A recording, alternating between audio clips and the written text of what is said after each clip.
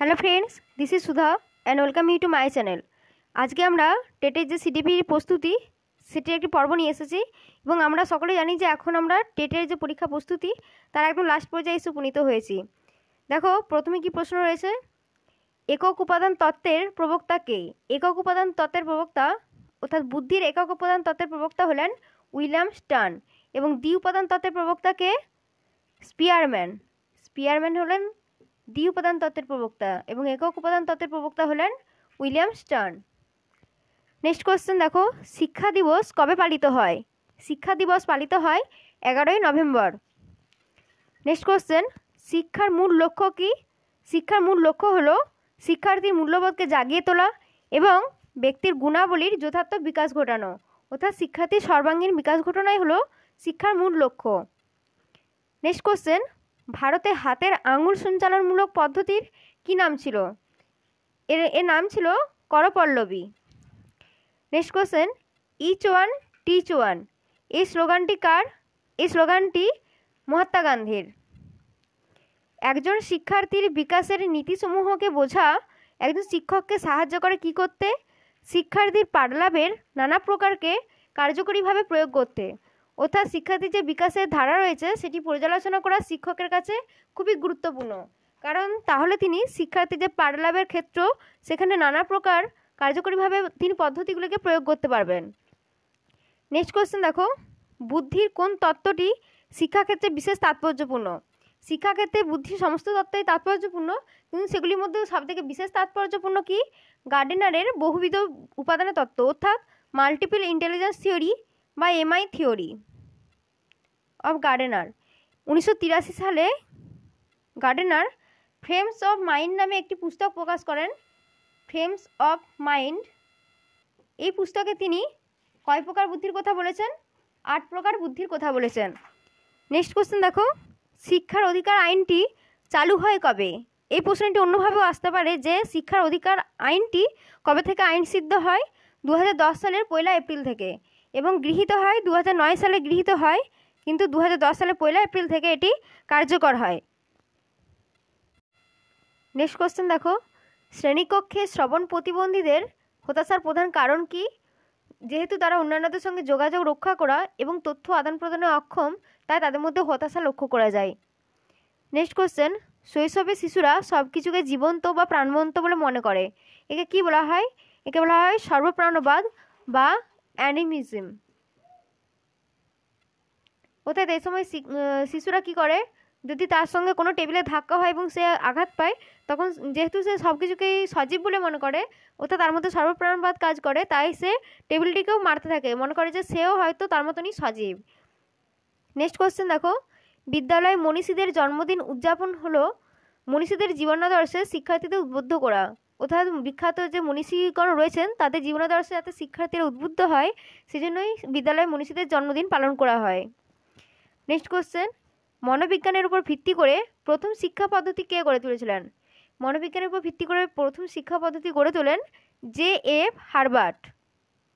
Next question, octave band এই যে যন্ত্রটি অক্টেভ ব্যান্ড এটির সাহায্যে কি পরিমাপ করা হয়? বধিরত্ব পরিমাপ করা হয়। নেক্সট কোশ্চেন, প্রক্ষোভ খুব ঘন ঘন পরিলক্ষিত হয় কোন বয়সে? 2 থেকে 6 বছর বয়সে, অর্থাৎ এই 2 থেকে 6 বছর বয়সকে কি বলা হয়? Early childhood. আর্লি চাইল্ডহুড এই 2 থেকে 6 বছর বয়সে কি হয়? আমরা এটা জানি যে এই সময়টা খুবই ক্রিটিক্যাল পিরিয়ড। ক্রিটিক্যাল পিরিয়ড বলা হয় কিসের জন্য? For language development. এবং এই সময় শিশুর যে ইমোশন বা প্রক্ষোভ সেটি কিন্তু খুব ঘন ঘন পরিলক্ষিত হয়, অর্থাৎ হঠাৎ যখন সে কাঁদতে শুরু করে এবং তার সামনে যদি একটি চকলেট নিয়ে যাওয়া হয় তখন কিন্তু সে কাঁদতে কাঁদতে আবার খুশি হয়ে যায়, অর্থাৎ তার প্রক্ষোভ খুব ঘন ঘনই পরিলক্ষিত হয়। নেক্সট কোশ্চেন, আপনি শ্রেণীকক্ষে গিয়ে দেখলেন যে শিক্ষার্থীরা পরস্পর ঝগড়াঝাটি করছে, এমতো অবস্থায় আপনার করণীয় কি? যদি বিদ্যালয়ে গিয়ে দেখা যায় যে শিক্ষার্থীরা পরস্পর ঝগড়াঝাটি করছে, এই সময় শিক্ষক কি করবেন? শিক্ষার্থীদের ঝগড়াঝাটি করার কারণ অনুসন্ধান করে দেখবেন। নেক্সট কোশ্চেন দেখো, সেলসম্যান, রাজনীতিক, শিক্ষক এবং ধর্মগুরু এদের ক্ষেত্রে গার্ডেনার কোন বুদ্ধির কথা উল্লেখ করেছেন? সেলসম্যান, রাজনীতিক, শিক্ষক বা ধর্মগুরু, যেহেতু এনারা অন্য লোকের সঙ্গে, অন্য যারা ব্যক্তি থাকে অর্থাৎ ব্যক্তিবর্গের সঙ্গে তাদের যে ইন্টারাকশন হয় বা মিথস্ক্রিয়া হয়, এটার ক্ষেত্রে কিন্তু আন্তর্ব্যক্তি বুদ্ধি বা ইন্টারপার্সোনাল ইন্টেলিজেন্সের কথা বলেছেন। অর্থাৎ এক্ষেত্রে নিজের নয়, ব্যক্তিবর্গের যে অনুভূতি, আগ্রহ, সেই অনুযায়ী কিন্তু কাজ করতে হয়। নেক্সট কোশ্চেন, শিক্ষার্থীর পূর্বার্জিত শিখনকে স্মরণ করতে সাহায্য করার উদ্দেশ্য কী? শিক্ষার্থীর পূর্বার্জিত শিখনকে স্মরণ করতে সাহায্য করলে কি হবে? শিক্ষার্থীর স্মৃতির উন্নতি ঘটবে এবং শিখনটি শক্তিশালী হবে। ছাত্ররা ভুল উত্তর দিলে শিক্ষকের করণীয় কী? উত্তরগুলি কেন ভুল তার বিশদ ব্যাখ্যা করা। স্কিমা বলতে কি বোঝায়? স্কিমা কি? কোনো মুহূর্তে অর্জিত তথ্যসমূহের একক সংগঠন, অর্থাৎ দীর্ঘমেয়াদী স্মৃতিতে সঞ্চিত তথ্যসমূহের সংগঠিত ভাণ্ডার।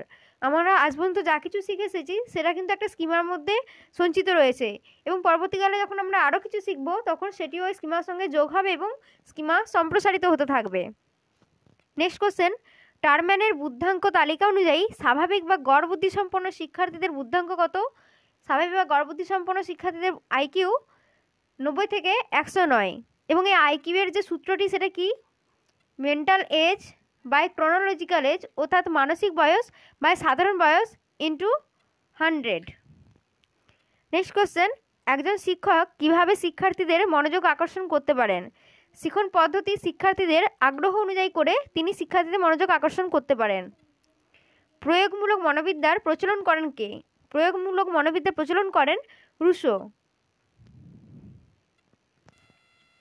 নেক্সট কোশ্চেন, দুজন শিশু যদি সব দিক থেকে প্রায় সদৃশ হয়, সব দিক থেকে প্রায় সদৃশ হলে তাহলে বলা যায় যে সমকোষী যমজ এবং একই পরিবেশে তারা বেড়ে উঠেছে। নেক্সট কোশ্চেন, সংরক্ষণ বা কনজারভেশন, ক্রমপর্যায় বা সিরিয়েশন এবং শ্রেণীকরণ বা ক্লাসিফিকেশন, এই বৈশিষ্ট্যগুলি প্রজ্ঞামূলক বিকাশের কোন স্তরে লক্ষ্য করা যায়? মূর্ত সক্রিয়তা স্তর বা কংক্রিট অপারেশনাল স্টেজে। এবং এই কংক্রিট অপারেশনাল স্টেজের বৈশিষ্ট্য কি? CCS, এইভাবে মনে রাখবো, অর্থাৎ কনজারভেশন, ক্লাসিফিকেশন এবং সিরিয়েশন। মূর্ত সক্রিয়তা স্তরের সময়সীমা কত? 7 থেকে 11 বছর বয়স। নেক্সট কোশ্চেন, শিশুকেন্দ্রিক শিক্ষা এবং জীবনকেন্দ্রিক শিক্ষার মধ্যে সম্পর্ক কি? এই যে শিশুকেন্দ্রিক শিক্ষা বা চাইল্ড সেন্ট্রিক এডুকেশন, এটি জীবনকেন্দ্রিক শিক্ষার লক্ষ্য অর্জনে সহায়তা করে। নেক্সট কোশ্চেন, জ্ঞান আহরণের প্রথম স্তর কোনটি? জ্ঞান আহরণের প্রথম স্তর হলো ধারণা করা। নেক্সট কোশ্চেন দেখো, সর্বশিক্ষা অভিযান, এই প্রকল্পটি শুরু হয়েছে কবে? 2002 খ্রিস্টাব্দে। শিক্ষা হলো সম্পূর্ণতার প্রকাশ যা মানুষের মধ্যে বর্তমান, এই উক্তিটি করেছেন স্বামী বিবেকানন্দ। সাধারণ শ্রেণীকক্ষে শিক্ষার্থীদের মধ্যে যে বুদ্ধির বন্টন তা হলো, আমাদের সাধারণ যে শ্রেণীকক্ষ সেখানে শিক্ষার্থীরা কেমন থাকে? কম বুদ্ধিসম্পন্ন এবং অধিক বুদ্ধিসম্পন্ন শিক্ষার্থীর সংখ্যা কম থাকে এবং গড় বুদ্ধিসম্পন্ন শিক্ষার্থীর সংখ্যা বেশি থাকে। নেক্সট কোশ্চেন দেখো, প্রাথমিক শিক্ষা সাধারণত শুরু হয় কখন থেকে? প্রাথমিক শিক্ষা সাধারণত শুরু হয় 6 বছর বয়স থেকে। নেক্সট কোশ্চেন, প্রজ্ঞামূলক মনস্তত্ত্বের সমর্থক নন, ইনি হলেন ম্যাসলো। ম্যাসলো কিন্তু প্রজ্ঞামূলক মনস্তত্ত্বের সমর্থক নন। কোহেলবার্গের মতে কোন টাইপের ব্যক্তিদের নৈতিকতা তাদের আদর্শ এবং উন্নত বিবেকের দ্বারা নিয়ন্ত্রিত হয়? আদর্শ এবং উন্নত বিবেকের দ্বারা নিয়ন্ত্রিত হয় বি টাইপের ব্যক্তিদের নৈতিকতা, এবং এ টাইপের ব্যক্তিদের নৈতিকতা নিয়ন্ত্রিত হয় কর্তৃত্ব এবং নিয়মের দ্বারা। নেক্সট কোশ্চেন, আচরণবাদীগণ আচরণকে ব্যাখ্যা করেছেন কি হিসাবে? উদ্দীপক এবং প্রতিক্রিয়ার ফল হিসাবে, অর্থাৎ SR বন্ডের উপরে, অর্থাৎ স্টিমুলাস রেসপন্স বন্ডের উপরে তারা গুরুত্ব প্রদান করেছেন। এবং চূড়ান্ত আচরণবাদী কাকে বলা হয়? চূড়ান্ত আচরণবাদী বলা হয় ওয়াটসনকে, JB ওয়াটসনকে বলা হয় চূড়ান্ত আচরণবাদী। নেক্সট কোশ্চেন, শিক্ষা মনোবিজ্ঞানের কোন পদ্ধতিতে দল নির্বাচন অপরিহার্য? সার্ভে পদ্ধতিতে দল নির্বাচন অপরিহার্য। মন্তেশ্বরী পদ্ধতিতে শিশুকেন্দ্রিক শিক্ষা ব্যবস্থার প্রবর্তন করেন কে? উইলিয়াম ক্যারি মন্তেশ্বরী পদ্ধতিতে শিশুকেন্দ্রিক শিক্ষা ব্যবস্থার প্রবর্তন করেছিলেন। নেক্সট কোশ্চেন, সামাজিক চুক্তিনীতির প্রতিষ্ঠাতাকে? স্পেন্সার হলেন সামাজিক চুক্তিনীতির প্রতিষ্ঠাতা। অ্যানিম্যাল ইন্টেলিজেন্স এই বইটি কার লেখা? থর্নডাইকের, এবং এই বইটিতেই তিনি তার ট্রায়াল অ্যান্ড এরর থিওরিটি প্রকাশ করেন। ট্রায়াল অ্যান্ড এরর থিওরি অর্থাৎ প্রচেষ্টা এবং ভুল তত্ত্ব। ট্রায়াল অ্যান্ড এরর থিওরি, যেখানে তিনি 3টি মুখ্যসূত্র বা নীতি এবং 5টি গৌণসূত্রের কথা বলেছিলেন। নেক্সট কোশ্চেন দেখো, মাধ্যমিক শিক্ষা কমিশন বলা হয় কোন কমিশনকে? মুদালিয়ার কমিশনকে। এবং মুদালিয়ার কমিশনের সময়সীমা কত? 1952 থেকে 53। এবং এর যে চেয়ারপারসন ছিলেন তিনি হলেন ডক্টর লক্ষণস্বামী মুদালিয়ার। এছাড়া বিশ্ববিদ্যালয় শিক্ষা কমিশন কোনটিকে বলা হয়? রাধাকৃষ্ণন কমিশনকে বলা হয় বিশ্ববিদ্যালয় শিক্ষা কমিশন। এবং স্বাধীনোত্তরকালের প্রথম শিক্ষা কমিশন ছিল এই রাধাকৃষ্ণন কমিশন। এর সময়সীমা হলো 1948 থেকে 1949। এবং কোঠারি কমিশনের সময়সীমা কত? কোঠারি কমিশনের সময়সীমা হলো 1964 থেকে 1966। এবং এর চেয়ারপারসন ছিলেন ডক্টর VS কোঠারি। কোঠারি কমিশনে প্রথম ত্রিভাষা সূত্রের সুপারিশ করা হয়। এবং রাধাকৃষ্ণন কমিশনের চেয়ারপারসন ছিলেন কে? Doctor Sarvepalli Radhakrishnan. Next question দেখো, শিশু বিকাশ সংক্রান্ত নৈতিক বিকাশ তত্ত্বটি কার? যখনই নৈতিক বিকাশের কথা আসবে তখন সেটি হবে কোহেলবার্গের। এবং কোহেলবার্গ কার দ্বারা অনুপ্রাণিত হয়েছিলেন? পিঁয়াজের প্রজ্ঞামূলক বিকাশের তত্ত্বের দ্বারা অনুপ্রাণিত হয়েছিলেন। নেক্সট কোশ্চেন, অহম, ইদম এবং অধিসত্তা এগুলি কার তত্ত্বে পাওয়া যায়?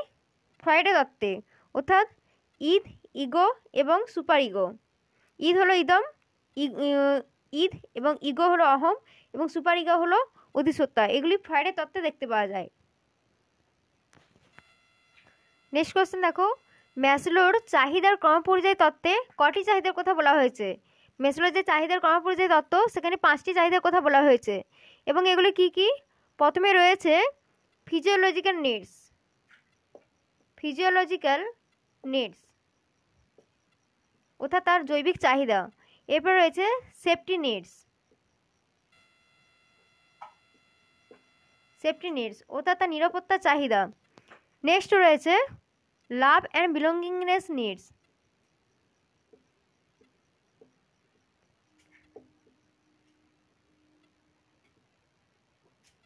এরপর রয়েছে সেলফ এস্টিম অর্থাৎ আত্মপ্রতিষ্ঠা এবং নেক্সট রয়েছে সেলফ অ্যাকচুয়ালাইজেশন অর্থাৎ আত্মসিদ্ধি স্তর। তাহলে কী কী? Physiological needs, safety needs, love and belongingness needs, self esteem এবং সেলফ অ্যাকচুয়ালাইজেশন, এই 5টি চাহিদার কথা বলা হয়েছে। নেক্সট কোশ্চেন দেখো, প্রস্তুতিকালীন বা ফর্মেটিভ অ্যাসেসমেন্ট বা কর্মচলাকালীন বা প্রস্তুতিকালীন মূল্যায়ন এক্ষেত্রে কটি সূচকের কথা বলা হয়েছে? 5টি সূচকের কথা বলা হয়েছে। এবং এই যে 5টি সূচক এর আদ্যক্ষরগুলিকে যুক্ত করে পিকক কথাটি আসে, পিকক কথাটি আসে, তাই ফর্মেটিভ অ্যাসেসমেন্টকে পিকক মূল্যায়ন মডেল বলা হয়। নেক্সট কোশ্চেন দেখো, জ্ঞানমূলক দ্বন্দ্ব কার তত্ত্বে পাওয়া যায়? লরেন্স কোহেলবার্গের তত্ত্বে জ্ঞানমূলক দ্বন্দ্বের কথা পাওয়া যায়। এবং এক্ষেত্রে প্রধান সহায়ক কিন্তু জ্ঞানমূলক দ্বন্দ্বই। যখন শিক্ষার্থীকে প্রশ্ন করা হয় যে চুরি করা অপরাধ হলেও যদি কেউ কাউকে বাঁচানোর জন্য চুরি করে তাহলে সে কি ভুল করেছে না ঠিক করেছে, তখন তার মধ্যে একটি জ্ঞানমূলক দ্বন্দ্বের সৃষ্টি হয়। এবং এই জ্ঞানমূলক দ্বন্দ্ব থেকে বেরোনোর জন্যই তখন তার মধ্যে নৈতিক বিকাশের সূচনা হয়। নেক্সট কোশ্চেন, অটিজম এটি এক ধরনের অস্থি সংক্রান্ত রোগ। নেক্সট কোশ্চেন দেখো, গান্ধীজি বুনিয়াদী শিক্ষা চালু করেন কত খ্রিস্টাব্দে? 1937 খ্রিস্টাব্দে চালু করেন। এবং এই বুনিয়াদী শিক্ষার অপর একটি নাম কি? নৈতালিম শিক্ষা। বুনিয়াদী শিক্ষা ব্যবস্থায় শিক্ষার মূল মাধ্যম হলো শিল্পকলা অর্থাৎ হস্তশিল্পকে কেন্দ্র করে এই শিক্ষা ব্যবস্থায় ভিত্তি করে উঠেছিল। এবং এক্ষেত্রে কি করা হয়? শিক্ষার্থীদেরকে যাতে তারা স্বনির্ভর হতে পারে সেদিকে কিন্তু বিশেষভাবে খেয়াল রাখা হয়।